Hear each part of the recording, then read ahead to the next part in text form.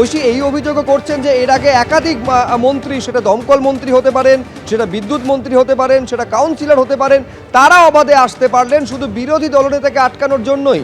এই বিএনএসএস এর 163 ধারা উদ্দেশ্য প্রণোদিতভাবে জারি করা হয়েছে।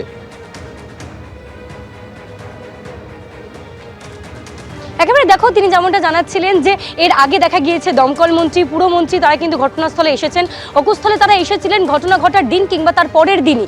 তা সত্ত্বেও কোনো রকম সমস্যার সৃষ্টি করেনি, পুলিশ প্রশাসন তাদেরকে বাধা দেননি। কিন্তু আজকে যখন দেখা গেল যে বিরোধী দলনেতা যিনি মন্ত্রী সমমর্যাদা সম্পন্ন, তিনি যখন এখানে আসতে চাইলেন, তখনই দেখা গেল আজকে 163 ধারা জারি করা হলো।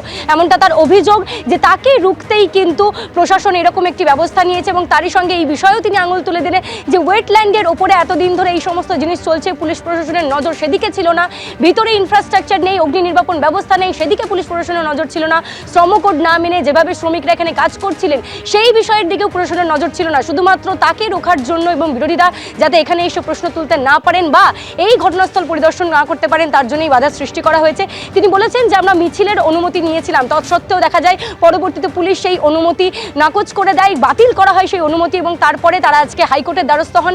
হাইকোর্টের অনুমতি মিলেছে, আগামীকাল তারা মিছিল করবেন এমনটাও জানিয়ে যান।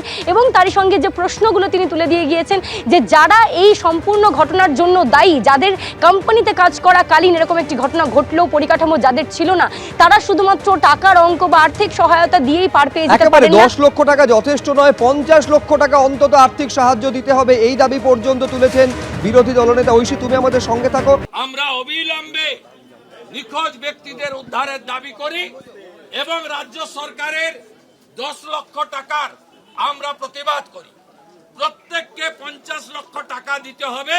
কথায় কথায় চাকরি দেন, চাকরির ঘোষণা করতে হবে, এখানকার আইসি কে সাসপেন্ড করতে হবে, এখানকার পঞ্চায়েতকে ডিসলভ করতে হবে এবং ওয়েটল্যান্ডের জমি অধিগ্রহণ থেকে বেআইনি গোডাউন চালানোর কাজে অভিযুক্ত যারা, শুধু ডেকোরেটরের মালিককে গ্রেফতার করলে হবে না, বিহাইন্ড দ্য স্ক্রিন এবং আসল মধু যারা খেয়েছে সেই মধুখোরদের জেলে পুরতে হবে।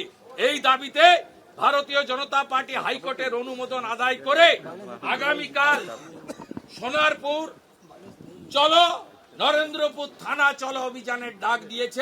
বিরোধী দলনেতা শুভেন্দু অধিকারী যে অভিযোগগুলো করেছেন তার মধ্যে এগুলো যেমন আছে, তার পাশাপাশি তোমাকে জানিয়ে রাখবো আজকে তিনি যখন এই ঘটনাস্থল পরিদর্শন করতে বের হন তখন প্রথমে ঘোষণা হয়েছিল 20 জন বিধায়ককে নিয়ে আসবেন। তবে আমরা যে ঘটনাস্থলে একদম তার যেখানে প্রথম ব্যারিকেড আছে সেই ফার্স্ট ব্যারিকেডের জায়গায় রয়েছি, বিরোধী দলনেতা এই ফার্স্ট ব্যারিকেড অবধি তিনি আসেননি, তিনি তার আগে অন্তত 10 মিটার আগে তিনি দাঁড়িয়ে যান এবং দাঁড়িয়ে তিনি সেখান থেকে ঠিক পাশে আমার সহকর্মীকে দেখাতে বলবো একটি গাড়ি রয়েছে যেটা এখানে যারা কেএমসির ঠিকাকর্মী যারা এসছেন তাদের সেই গাড়িতে তিনি উঠে সেখান থেকে উকি মারার চেষ্টা করেন এবং তিনি যতটুকু দৃশ্য দেখতে পান দেখে একটাই মন্তব্য করেন, প্যাথেটিক। তবে বিজেপি সূত্রে যেটা জানা যাচ্ছে যেহেতু আইনি ব্যবস্থা করা হয়েছিল যে 100 মিটারের মধ্যে যেন 5 জন বা 5 জনের বেশি না আসে, তাই প্রশাসনকে সেই সুযোগ না দেওয়ার জন্য তিনি অনেক আগে এখান থেকে অন্তত 100 মিটার 150 মিটার আগেই তার যা দল ছিল সকলে সেটা থেমে যান এবং তিনি একা আসেন। এবং এখানে আমরা যে ব্যারিকেড দেখছি সেই ব্যারিকেডের এখানে ডবল ব্যারিকেড করা আছে এবং পুলিশের পক্ষ থেকে সকলে এখানে প্রস্তুত ছিলেন, যদিও তিনি এই ব্যারিকেড অবধি আসেননি। এবিপি আনন্দ, এগিয়ে থাকে, এগিয়ে রাখে।